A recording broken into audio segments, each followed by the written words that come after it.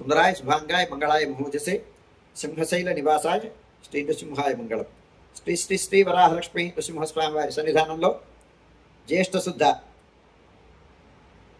అష్టమి శుక్రవారం ఉత్తర నక్షత్రం జూన్ 14వ తారీఖు యథావిధిగా 4 గంటల నుంచి 4:30 గంటల వరకు సుప్రభాత సేవ.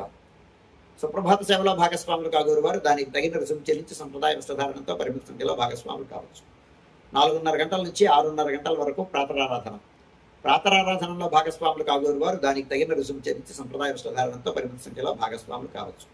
ప్రాతరారాధనలో భాగంగా నిత్యవేద పారాయణం, ఉపనిషత్ పారాయణం, దివ్య ప్రబంధ సేవాకాలం, అనంతరం ధూపసేవా సమయంలో చతుర్వేద పారాయణం, శ్రీరామాయణం, భారతం, భాగవతం, విష్ణు పురాణం, క్షేత్ర మహాత్మ్యం, వరాహపురాణం, శ్రీభాష్యం, భగవద్ విషయం మొదలైన గ్రంథాలన్నీ పారాయణం చేయడానికి ఉపక్రమిస్తారు.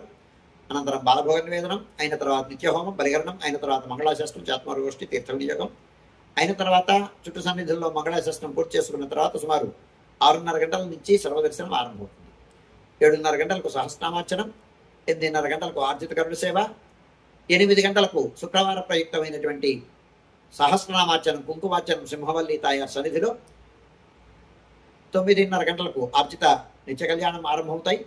ఆయా సేవల్లో భాగస్వాములు కాగోరు వారు ఆయా సేవలకు తగిన రుసుము చెల్లించి సంప్రదాయ వస్త్రధారణంతో పరిమిత సంఖ్యలో భాగస్వాములు కావచ్చు.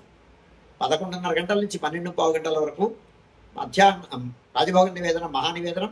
ఈ సమయంలో భక్తుల యొక్క దర్శనములు నిలుపుదల చేయడం జరుగుతుంది.